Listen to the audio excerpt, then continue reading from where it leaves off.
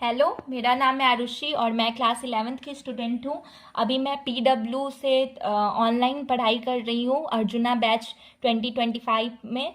और आज हम लोग पढ़ने वाले हैं biology, introduction of biology. Biology क्या है? बायोलॉजी एक ब्रांच है जिसमें हम लोग स्टडी करते हैं लिविंग ऑर्गेनिज्म के बारे में और उनके अंदर हो रहे केमिकल रिएक्शंस के बारे में। और इसी के साथ साथ हम लोग स्टडी करते हैं ह्यूमन बॉडी कैसे ऑर्गेनाइज हुआ, ऐसे जैसे अभी हम लोग का बॉडी है उस तरीके से कैसे ऑर्गेनाइज हुआ उसके हिस्ट्री के बारे में पढ़ेंगे। तो इसका मतलब क्या हुआ कि हम लोगों का बॉडी जो है इनिशियली इस तरह से ऑर्गेनाइज नहीं था जैसे अभी ऑर्गेनाइज है। तो क्या क्या हुआ था, तो ये क्यों हुआ कि हम लोग का बॉडी इनिशियली जैसे था अब वैसा नहीं है? ये आया डीएनए के वेरिएशंस के वजह से। डीएनए का वेरिएशंस कब होता है? रिप्रोडक्शन के टाइम पीरियड में। और जनरेशन टू जनरेशन क्या हुआ, डीएनए में वेरिएशन आते गया। और डीएनए में वेरिएशंस आने का मतलब यहाँ पे बेनिफिकल था। बेनिफिकल क्यों था? क्योंकि वो हम लोगों को एक्सटर्नल इन्वायरमेंट के साथ साथ सर्वाइव करने में हेल्प करता है। उसके बाद देखें हम लोग तो scientific classification of organism initially, मतलब कि ऑर्गेनिज्म जो था लिविंग ऑर्गेनिज्म और नॉन लिविंग ऑर्गेनिज्म में पहले इनिशियली मतलब डिवीजन किया गया था, ठीक है। और लिविंग ऑर्गेनिज्म को अगर हम लोग देखें थोड़ा सा लेवल अप करके तो उसको एनिमेट बोल सकते हैं या फिर एनिमेटेड ऑर्गेनिज्म बोल सकते हैं, और नॉन लिविंग को हम लोग इनएनिमेटेड ऑर्गेनिज्म बोल सकते हैं। लिविंग मतलब क्या होता है? जीवित जंतु। और नॉन लिविंग मतलब क्या होता है? अजीवित जंतु। और यहाँ पे क्या है, लिविंग का एग्जाम्पल क्या हो जाएगा? प्लांट्स, एनिमल्स हो जाएगा। और नॉन लिविंग का एग्जाम्पल क्या हो जाएगा? एयर, वाटर, ठीक है। और देखते हैं हम लोग व्यूज इन बायोलॉजी। बायोलॉजी में दो व्यू होता है, एंथ्रोपोसेंट्रिक व्यू और बायोसेंट्रिक व्यू। एंथ्रोपोसेंट्रिक व्यू का मतलब क्या होता है? एंथ्रोपोसेंट्रिक व्यू का मतलब होता है कि इसमें ह्यूमन को सुपीरियर माना जाता है और सारे ऑर्गेनिज्म को जो है इनफेरियर माना जाता है।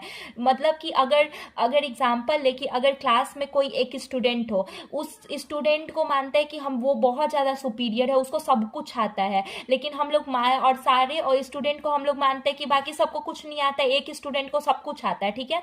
तो हम लोग सिर्फ और सिर्फ उसी स्टूडेंट के बारे में जान सकेंगे। और भी स्टूडेंट्स में जिसमें कुछ ना कुछ खासियत होगा अलग, उसके बारे में हम लोग नहीं जान सकेंगे, ठीक है। तो यही होता है। यहाँ पे क्या हुआ, यहाँ पे नॉलेज जो है लिमिटेड रह गया। मतलब ये क्या, जब तक ह्यूमन को सुपीरियर माना गया तो यहाँ पे क्या हुआ कि दूसरे ऑर्गेनिज्म के बारे में जाना ही नहीं गया, मतलब कि उनके बारे में सर्च ही नहीं किया गया, जिसके वजह से नॉलेज जो है वो लिमिटेड रह गया। लेकिन बायोसेंट्रिक व्यू क्या था? बायोसेंट्रिक में लिविंग ऑर्गेनिज्म, बायोसेंट्रिक में क्या किया गया, ह्यूमंस को और अदर ऑर्गेनिज्म को दोनों को सुपीरियर माना गया।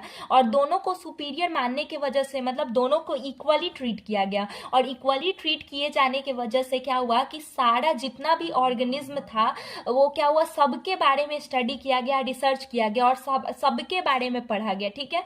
तो उससे क्या हुआ कि नॉलेज जो है इंक्रीज होते गया। मतलब कि अगर अभी भी और कोई ऑर्गेनिज्म आता है नया तो उसके बारे में भी पढ़ा जाएगा बाकी सारे ऑर्गेनिज्म के साथ साथ। तो यहाँ पे क्या होगा कि नॉलेज लिमिटेड नहीं रह जाएगा। नॉलेज लोग स्टडी करेंगे एक बहुत ही फेमस पर्सन के बारे में जो कि बायोलॉजी के स्टडी में बहुत ही ज़्यादा फेमस रहे हैं, जिनका नाम है अर्नेस्ट मेयर।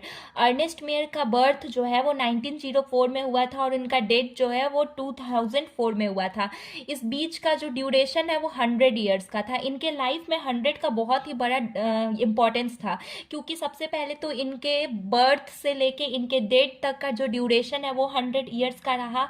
और सेकेंड थिंग ये है कि जब भी टॉप मोस्ट 100 साइंटिस्ट का नेम निकलता था तो अर्नेस्ट मेयर का नेम उसमें जरूर ही रहता था। और इनको डार्विन ऑफ 20th सेंचुरी बोला जाता था। डार्विन कौन है? डार्विन एक फादर ऑफ इवोल्यूशन है, ठीक है। और 20th सेंचुरी में अर्नेस्ट मेयर इवोल्यूशन पे बहुत ही ज़्यादा अच्छा काम किए थे, जिसके वजह से इनको डार्विन बोला गया 20th सेंचुरी का।